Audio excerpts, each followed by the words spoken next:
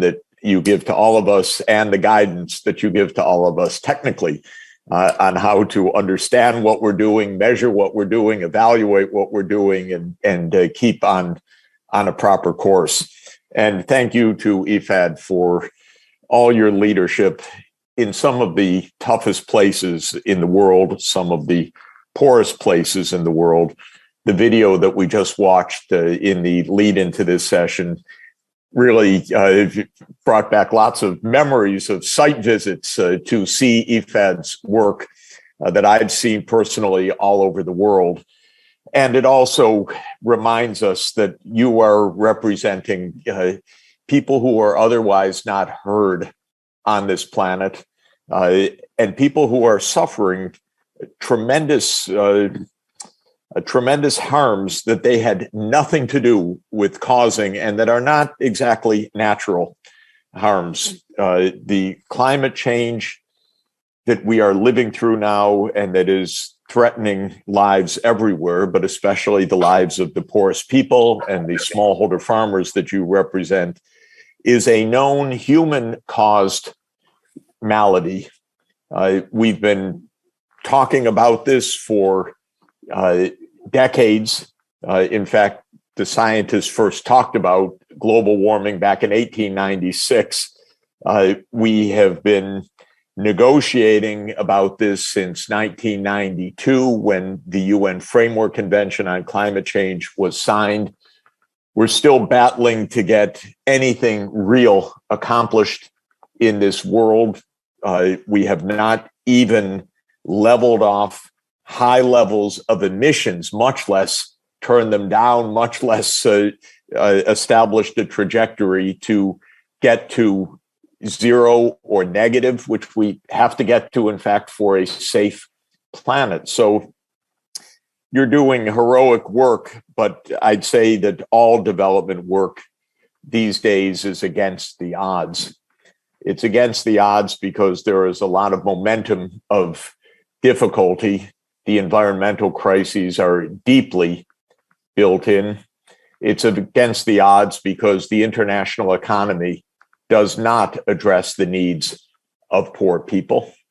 The international financial system does not direct capital to the poorest places in the world. Quite the contrary. It directs capital to the richest places in the world, which have access at the lowest cost, and of course own the central banks that print the currencies that are the global currencies, which is not exactly a privilege that poor countries enjoy. And we're against the odds because, frankly speaking, the rich countries, and I'll start with my own, the United States, basically lost sight of poor people in this world. And we've been in also, I would say, about a 30-year decline of attention span to realities in the world. And it's not a secret the United States can't govern itself anymore, much less providing any kind of leadership for the world. So we're in a very difficult time, and it will get worse unless we have a concerted and collective change of direction. And we've seen in this pandemic, we're not so good at it. This pandemic has claimed, if you do the math more accurately than the reported data, around 12 million lives. And we have not gotten our act together even to get vaccines to poor people, which is not a heavy lift if we had the attention span to do it. But even when we know that immunizing all of the world is in our immediate self-interest to stop the spread of new variants and to bring this pandemic to a close, even with that self-interest, we're not able to get organized for the moment. So I didn't really want to sugarcoat the situation, because this is not the kind of governance that we need. I think that the international multilateral system, of which IFAD is a proud leader, is critical for our survival. And we need to raise the voice everywhere for mobilization of resources, because that's the bottom line for this, directing our energies, our finance, our technologies to address these global challenges through a multilateral system. Instead, what we see every day is talk of war, conflict, geopolitics, internal divisions, rather than the mobilization that we need internationally. What could be done? Well, I think I tend to view this issue to an extent through the financial lens, because if one has the money, then so much else can follow. As the video showed us, there are huge numbers of innovative technologies. We're in an era where, because of connectivity, because of the potential of digital access, because of the possibility of low-cost distributed electrification, technologies and solutions which seemed impossible even 5 or 10 or 15 years ago are ever present now. When Joe and I worked on projects for Millennium Development Goal progress in villages in rural Africa, there wasn't a phone available. There wasn't any electricity available. This was 10 years ago. Now there can be complete digital access. There can be electrification everywhere, but it requires a little bit of financing. But the financing is now the obstacle, not the technology, not the possibilities of making the kinds of basic breakthroughs that can transform lives and save people, and implement advances in know-how. So we need to mobilize finance. And there is, I think, where the issues can be faced head on and should be faced head on.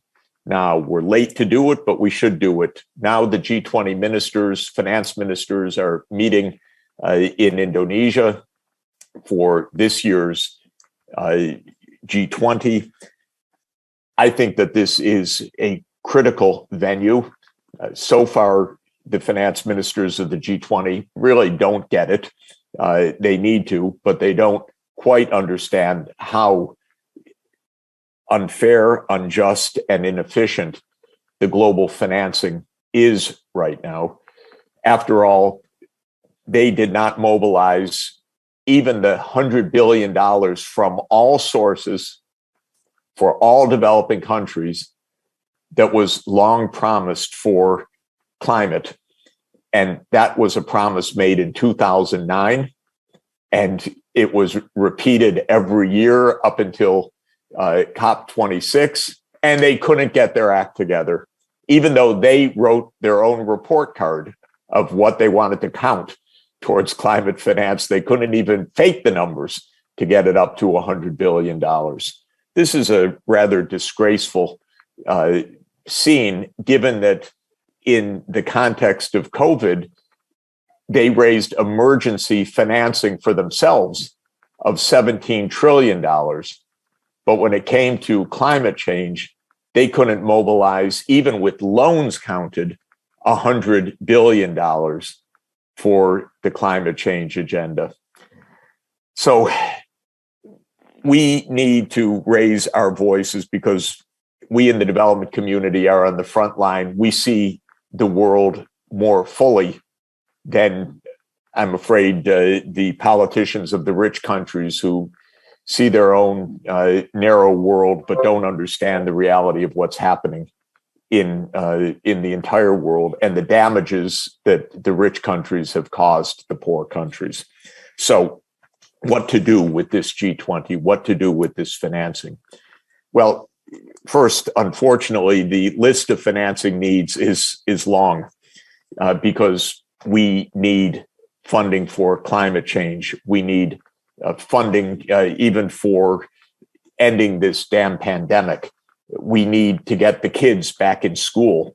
And even before COVID, there were about 260 million school-age kids who had no classroom, who had no place in school, even before, despite our promises for decades that it is a human right for everybody to have education, despite the Millennium Development Goal promises and now SDG 4 of universal access for free education from pre-K to upper secondary. So there's a crisis of financing education.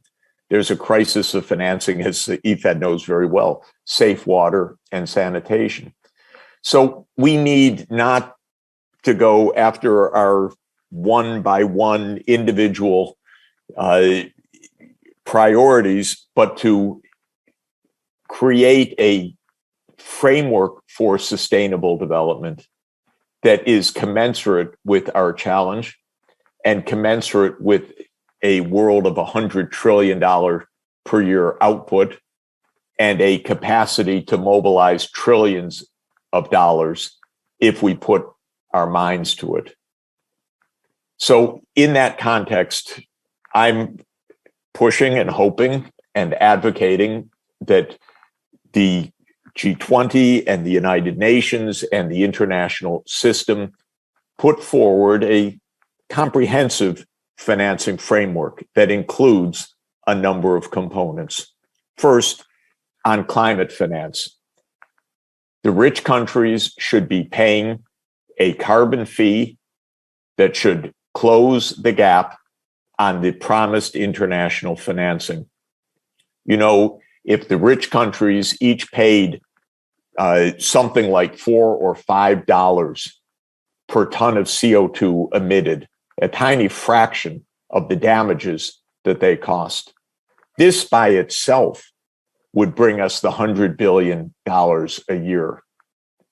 So carbon pricing and some revenues from that is absolutely basic, trivial, vital, and not aid for poor countries. It is the first step of a minimum of recognizing historic responsibility and some compensation for damages done. So I would start with raising carbon taxes from rich countries. And when IFAD talks about collecting $2 billion for smallholder farmers, frankly, it's too little. And 2027 is too late. And get in there and let's fight for something more, because the damages are coming from the rich countries. This is not about aid and it's not about begging. It is about needs, historical responsibility, and basic justice. And it's not complicated. And $2 billion is too small to fight for. If you're going to fight for $20 billion, and let's get it done now, because that's what's needed. And let's take the case internationally and also build on the powerful results of the UN Food System Summit last fall, which made the case that we have a global food sustainability emergency. And IFAD is in the front line of fighting that, more knowledgeable on the ground than any other institution on helping smallholder farmers. So that's the first point. Second, we need a lot more financing through the multilateral development banks. The World Bank, the regional development banks, national development banks as well, development finance institutions. These entities can tap capital markets at low cost and should be doing so on a vastly larger scale. We should be leveraging their balance sheets. And more loans is fine to developing countries because those loans are manageable if they are long-term and at low interest rates. If the United States can borrow at 2% on a 30-year bond, why are we pushing the poorest countries out to try to borrow at 10% on a 5-year note? That's crazy. The third thing we need to do is fix the private capital market system, which is completely misguided. There isn't one low-income country in the world that has an investment-grade credit rating. In fact, of the 82 low-income and lower middle-income countries, 82, only 3, India, Indonesia, and the Philippines, have an investment-grade credit rating. 79 do not. So how are we going to have the private capital markets fund development, which is the mantra of our time, if almost no developing countries in the low income and lower middle income category have investment grade credit ratings?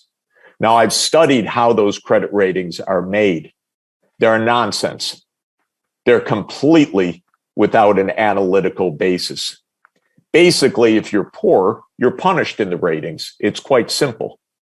So somehow we've left to small teams at Moody's, S&P, and Fitch decisions of life and death over half the world's population based on completely erroneous criteria. And I want the IMF to step forward and say, no, we need a forward-looking strategy, not one that says to countries, you're poor, so we give you a low credit rating, and not one based on crude indicators of what is debt sustainability, when if these countries had the access to financial capital, they could educate the kids, build infrastructure, and grow rapidly. Because a low-income country today with adequate finance can easily grow 8 to 10% a year based on digital connectivity, electrification, and building human capital. So this is the kind of forward-looking system we need. Mark Carney, the former governor of the Bank of England, brought together in his Glasgow Financial Alliance for Net Zero, GFANZ, $130 trillion under management. Great, terrific start, but none of it's going to flow to the poor countries unless we change the rules of the game. So this is another aspect that is absolutely essential. And then we have the great initiatives like EFAD or the Global Fund to Fight AIDS, TB, and Malaria, or other special funds, the Global Environment Facility and others. But these crucial organizations, also I'd add the CGIAR to this, live on handouts, even though they're the lead institutions to solve global problems. So we need to understand that we can't have a world system that works if we are profoundly and chronically underfunding the core knowledge institutions that can help to make the breakthroughs. The UN core budget, $3 billion a year. You can compare that with New York City's annual budget, which is $100 billion a year. And we say that the UN core budget should be basically the budget of a neighborhood of New York City. So this is where we need to get straight, get the numbers right, make the clear agenda, and show that in a world of $100 trillion a year output, a world in which the richest 9 Americans have $1 trillion of personal wealth, a world in which the Netherlands is going to dismantle a bridge in Rotterdam so that Jeffrey Bezos' super yacht can be taken out of the shipyard into the sea because it's too big to go through the bridge. What kind of world is this when we see the challenges that people all over the world are facing? So thank you, EFAD, for what you do. Please count on me to help you raise the $20 billion, not the $2 billion. We need real money, and we need it now. Thank you very much. Thank you so much, Professor Sachs, for that interesting and challenging and at times depressing take on our global issues. My name is Joanne Leviton, and I'll be moderating the Q&A part of this talk. I'd like to remind the distinguished representatives you have the opportunity to ask Professor Sachs some questions. Please raise your hands, keep it brief, and we'll try to get through as many as possible. Just to kick things off, I'm just going to start with the first question to you, Professor Sachs. You talk about a whole new financing framework that really would be a revolution. How do you think that will come about, and what is the role of organizations like IFAD in making that happen? I think it can come about by having the world more clear about our needs, our common interests, and the current realities. We have to demystify the economy. We have to help explain how rich the economy is, how rich the rich in the economy are, how poor the poor in this world are, how many challenges the poor are facing of problems that they have absolutely no authorship of, and how there are solutions to these problems. I believe that the path to change is through demystifying the current situation, absolutely being clear there is no invisible hand that's going to solve it. And there is no invisible hand that has caused it. In fact, the difficulties and the challenges have causes. We can identify them, and we can identify the solutions. And I think a business-like approach, which says, here's what we need to do, and here's how much it costs, and here's how it can be organized, is the basic correct response to these issues. It's not easy. The politicians have an incredible capacity to look the other way, no doubt. Shame is not one of their great attributes. Self-agony is not. I'm living in a country that is absolutely capable of neglecting the most basic truths.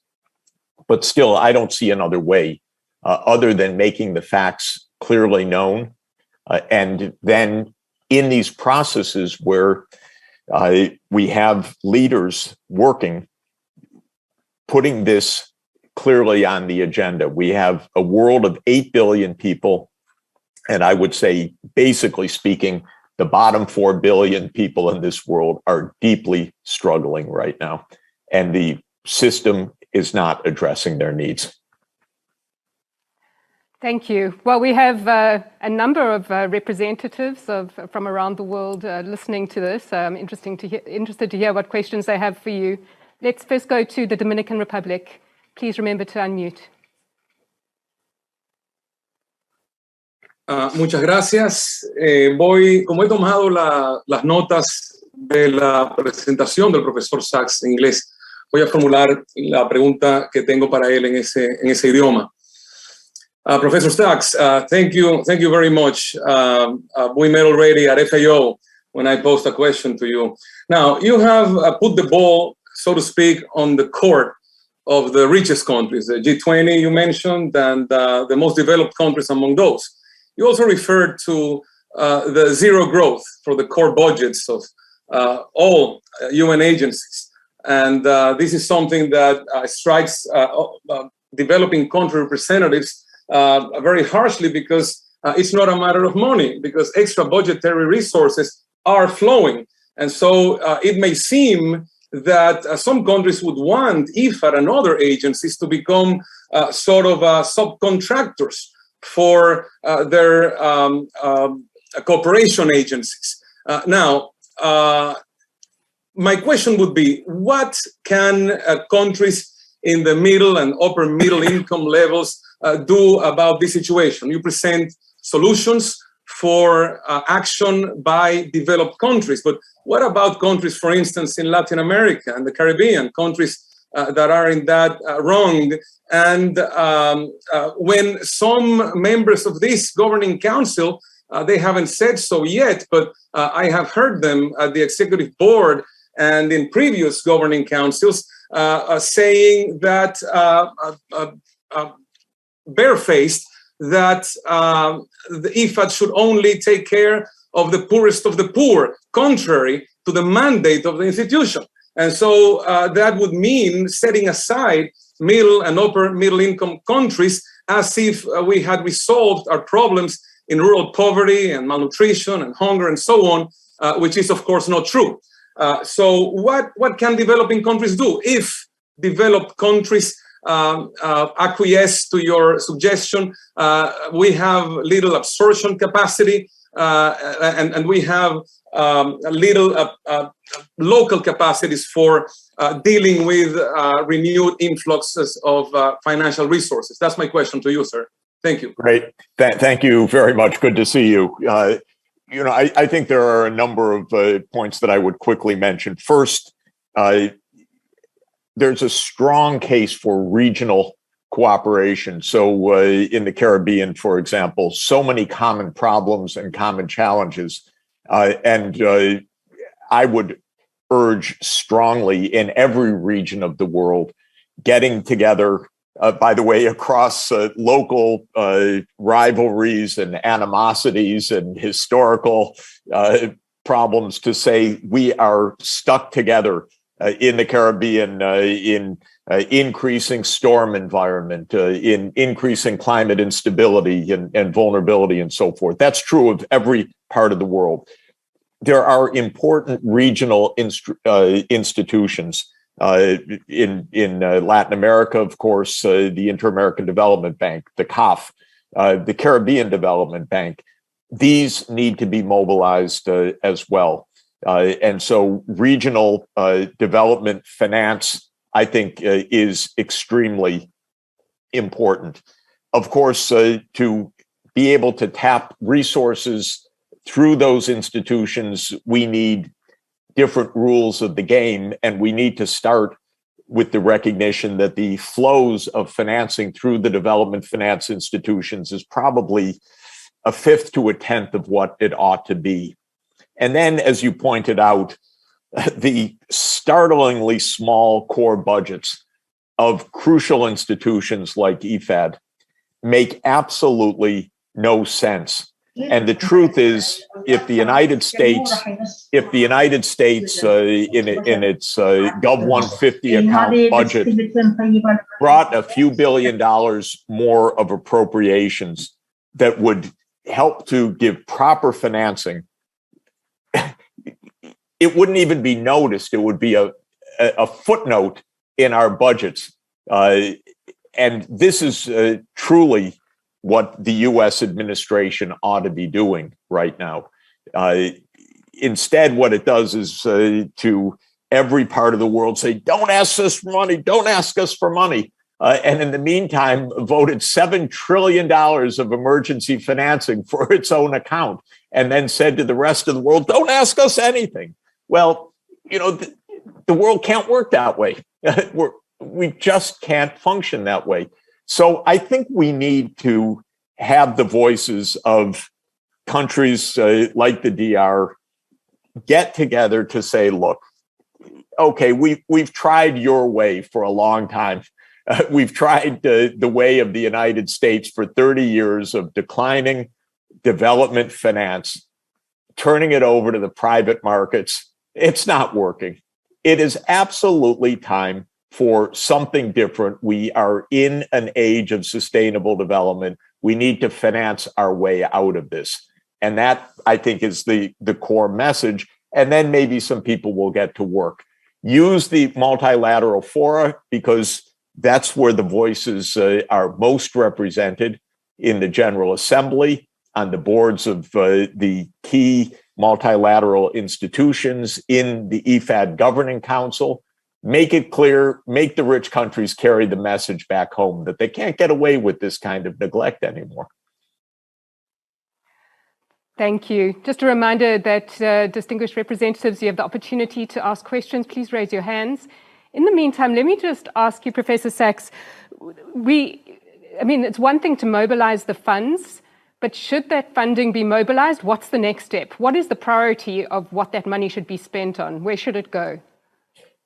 I think the Sustainable Development Goals and the Paris Agreement and the Convention on Biological Diversity give us the basics.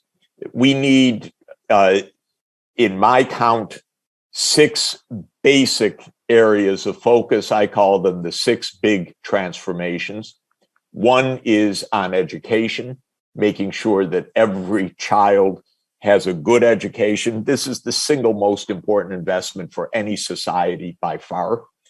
The second is a proper health system, something that we have seen during this pandemic is vital and unfortunately is either chronically underfinanced or public health is sacrificed to private commercial healthcare.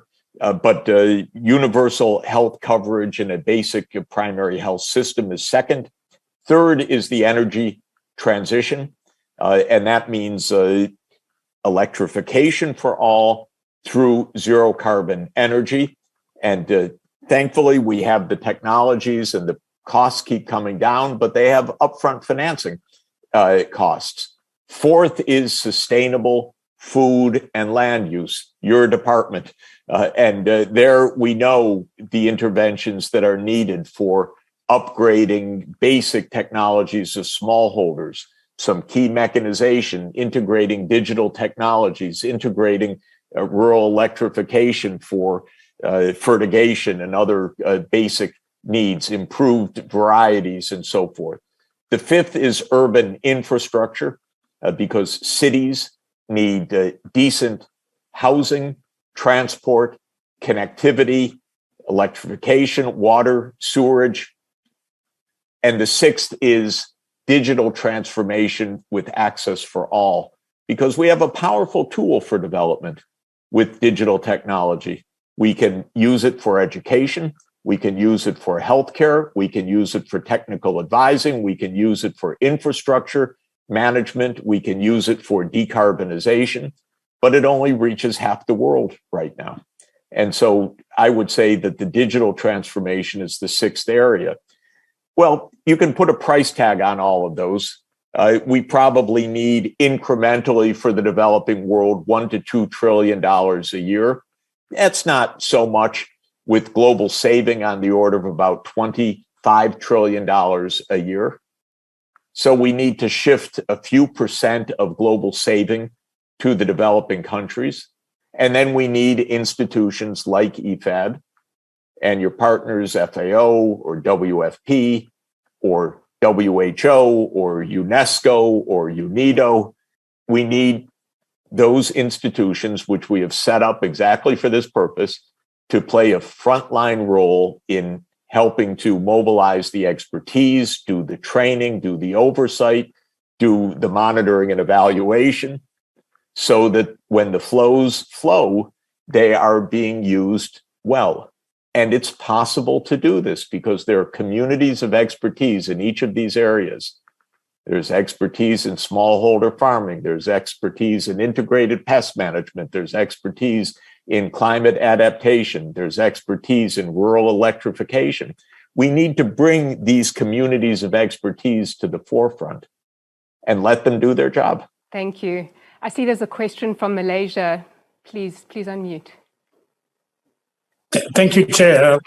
Good evening, Professor Sachs. First and foremost, thank you very much for your very enlightening talk, and we always enjoy listening to your very, I would say, advanced and critical views. My question to you is simple. What would your message be to the G20 finance ministers currently meeting in Indonesia on what would be the immediate reaction, of course, or immediate concerns they need to address, and to ensure that the outcome that comes out of this meeting assists us in trying to at least address some of the key issues that you brought up today. Thank you. Thank you, Professor.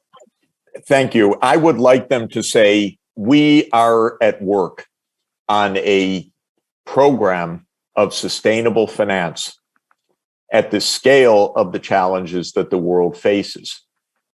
First, to end the pandemic. Second, to make the energy transformation. Third, to make the sustainable land use transformation. Fourth, to get our children back in school. all over the world, hundreds of millions of kids, and those that never were in school into school.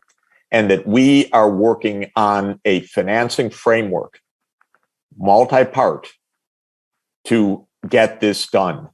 And that we know it is not getting done now. That's what I would like to hear them say. I'd like to hear them acknowledge the need and their work program. So I would like them to take on their homework assignment, which is what I regard this as being. If they do that and get down to work, then they will see in all the areas that I mentioned, reforming the credit rating system, expanding the balance sheets of the multilateral development banks, properly funding the multilateral special funds and international system, raising carbon taxes for global climate financing. All of those things will be on the agenda in the end. But I want them to check the boxes to say, for these major transformations that we have promised, we are working on a strategy. We, as leaders of the largest countries in the world, and as the finance officials of the largest countries in the world, understand that it's our responsibility to help shift finance to the investments needed for a healthy planet. Thank you so much. I see a question from Nigeria. You have the floor. Thank you very much, Professor Sachs. Very reassuring when one listens to your analysis, which are usually deep and constructive. Let me start from the beginning. I think sometime either last year, we had a meeting like this, and you spoke on one simple but profound change that could come if done. You are talking of having not only G20, but G20 plus 1. What has happened to that suggestion since then? Thank you for bringing that up. Here is the situation. We have 19 countries in the G20, plus the European Union, representing the 27. So I said, well, if the European Union is in there, it is really natural that the African Union should be in there. After all, the African Union has more than 3 times the population of the European Union. The African Union is 54 nations. The African Union is crucial for the world's success, and the African Union has a profound stake in the reform of the international financial system. So I noted that with just 1 seat held by the chairperson of the African Union this year, Senegal President Macky Sall, we would bring 1.4 billion people to the discussion. We would bring the low-income world to the discussion. We would bring $3 trillion of output to the discussion. So frankly, when I said it, I thought, that's obvious. I thought it would happen the next moment. But, you know, we're still not quite there yet. Because I don't think the rich countries want to talk to the rest of the world so straightforwardly necessarily. But I would like us to see that this is a most basic point for success. Because if we're going to have an integrated world, we need a forum that is 20 rather than 193. The G20 really plays a useful role. I like it. You can have a tour of the table in about 3 hours and get a lot of good work done. And that is extremely valuable. So is the UN General Assembly, but it takes 3 weeks to have a tour of the table. So I like the G20 framework, but let's bring the African Union to the table. And then we have Africa right now is represented only by South Africa. And that just isn't sufficient for a continent of 54 countries and 1.4 billion people. So I'm still counting on it. I'm not relenting on my voice, but it hasn't happened yet. And I hope that the suggestion continues to be propagated. I'm certainly going to continue to advocate for it. Thank you. I believe Nigeria wants to have a follow-up question to that. Yes, go ahead. yes, thank you. For today, I also want to sound you. The developed world, the resources are there, the monies are there, but something has not changed. Hello. And that is, we want a situation where national governments also will be more prepared to see to the well-being of their people by making resources go to the fundamental things. I recall as a child, it was the period of smallpox. It was mandatory that every child must be in school, and that gave us access to vaccination. I want to know your views about what can be done to alert national governments to these fundamentals before the additional ones were taken. Thank you. It is in the Sustainable Development Goals, SDG number 4, of course, says universal completion up through upper secondary of free public education. It's right there. And by the way, in the Universal Declaration of Human Rights in 1948, education was recognized as a basic human right, not just as a nice thing, but as a basic human right. Alas, there is a practical problem. In addition to some countries not trying hard enough, I know many countries where governments would love to implement universal education, but simply don't have the budget. An African finance minister said to me recently when I discussed the topic, Mr. Sachs, you talk about upper secondary.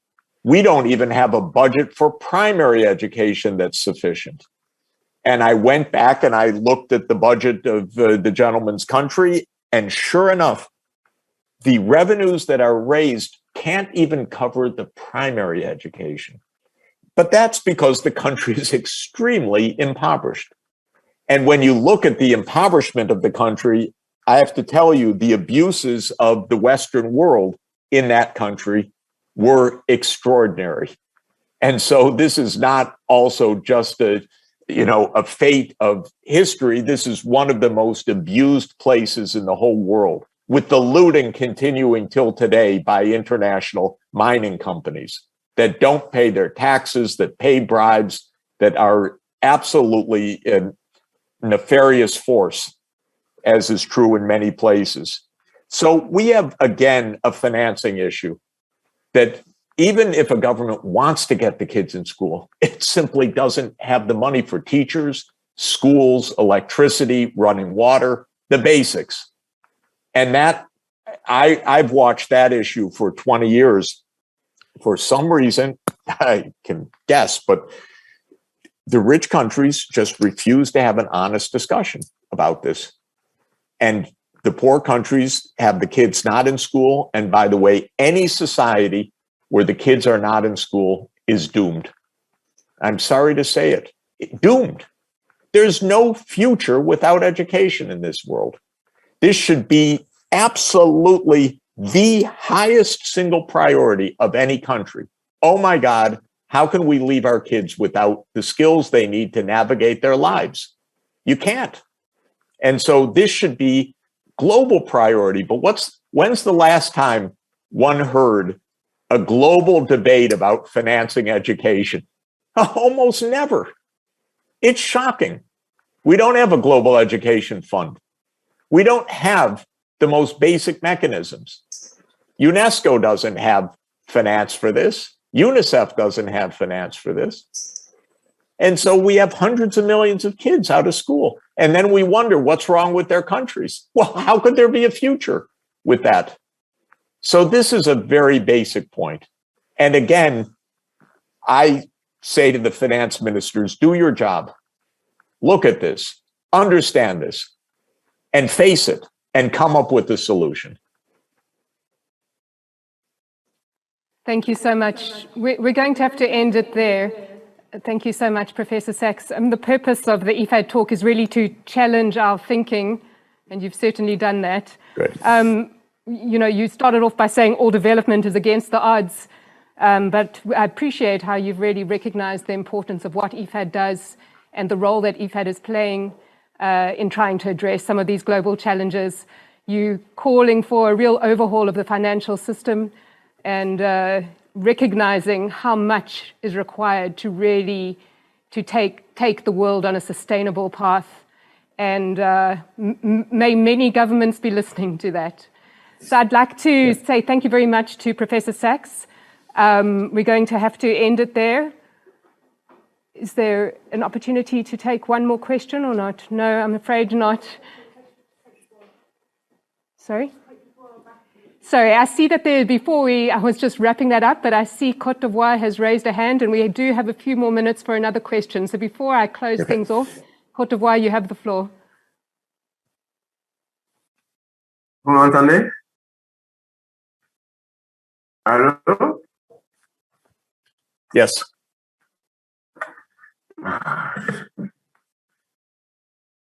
Vous m'entendez? Est-ce que vous m'entendez? Yes, I can. Oui, monsieur l'ambassadeur. Vous m'entendez? OK. Merci de me donner la parole. Je voudrais ici souligner un fait qui est extrêmement important puisqu'on parle aussi de finances.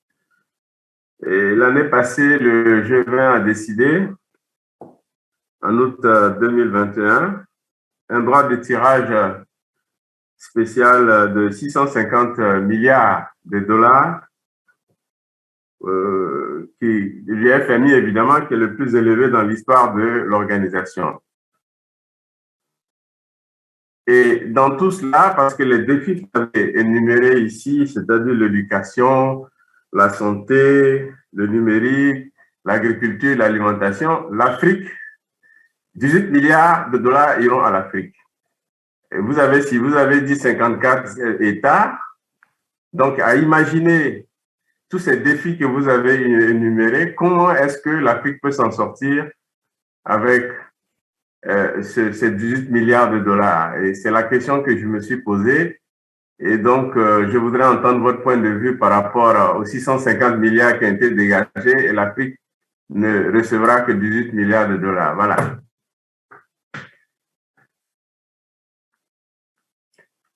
Thank you. I think you were referring to the special drawing rights allocation made by the IMF, which was a good and important development. The special drawing rights, SDRs, are a kind of foreign exchange reserve that is allocated on a systematic global scale. As you mentioned, African countries receive a small proportion of the total amount of reserves.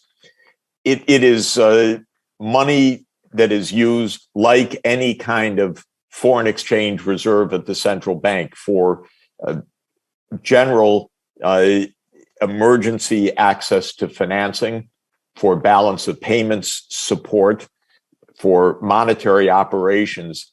It's not really a mechanism for long-term finance. There is an idea that some of these reserves received by the high-income countries could somehow be recycled to provide some longer term finance for developing countries, there's a modest step that can be taken in that direction.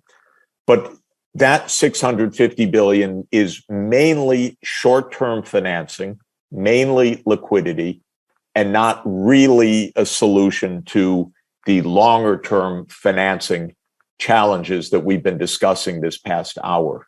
For that, we're going to need the kinds of mechanisms that I've been describing, unlocking private capital by a different kind of rating system that is forward-looking, not backward-looking, by changes of the way that the development banks operate, by a new global carbon levy to finance climate. In other words, by mechanisms specifically designed for long-term development finance. Thank you, Professor Sachs. And that was a good sum up of some of the main points you've been making. So thank you for giving your own summary as well.